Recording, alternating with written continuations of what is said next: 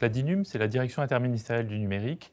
On est le capitaine d'équipe du numérique de l'État. Chaque ministère a sa direction du numérique. Nous, notre rôle, c'est à la fois de contrôler la mise en œuvre des grands projets informatiques, de conseiller le gouvernement, de conseiller les ministères dans la mise en œuvre des projets, mais on a également des rôles plus originaux en matière d'innovation, en matière de promotion de la donnée, donc de la data. Nous sommes également opérateurs par exemple, du réseau interministériel de l'État, qui assure la résilience et la sécurité des communications.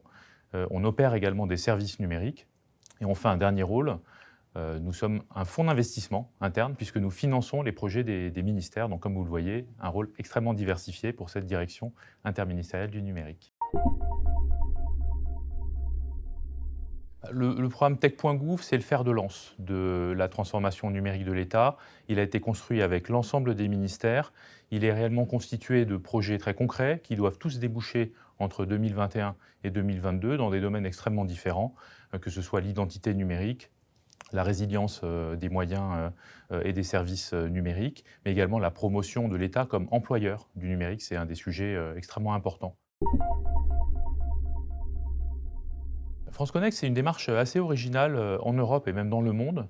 On a essayé de trouver un compromis entre la simplification pour le citoyen, mais également la préservation de ses libertés. Donc faire en sorte qu'il puisse choisir une identité parmi les différentes auxquelles il peut avoir accès. Les deux plus utilisées aujourd'hui, c'est l'identité des impôts et également Amélie de l'assurance maladie. Donc lui permettre de choisir une identité parmi aujourd'hui 5 ou 6, et puis peut-être un jour une dizaine ou une quinzaine, et avec ce compte unique, accéder à un très grand nombre de démarches, que ce soit des démarches administratives, mais également de plus en plus des démarches proposées par la sphère privée, les banques, les assurances, le domaine de la santé, l'éducation bientôt. Donc c'est donner corps à cette idée de compte unique, mais tout en nous assurant que les libertés individuelles sont préservées. Alors CHAP, c'est une initiative originale. On a fait le constat collectif que les agents publics avaient besoin de plus en plus de pouvoir travailler en instantané.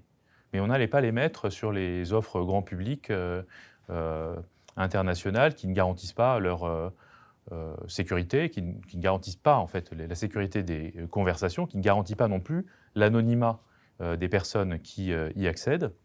Donc nous avons décidé de nous baser sur un socle open source et de construire une plateforme qui s'appelle CHAP et le mettre à disposition des agents. Et en fait, ce qui a été observé, c'est que les agents s'en sont emparés et le bouche à oreille a considérablement servi à la propagation de ce service. Aujourd'hui, c'est plus de 230 000 agents publics qui ont installé CHAP sur leur téléphone ou l'utilisent sur leur PC et qui travaillent au quotidien. Et CHAP avait initialement démarré comme une messagerie instantanée.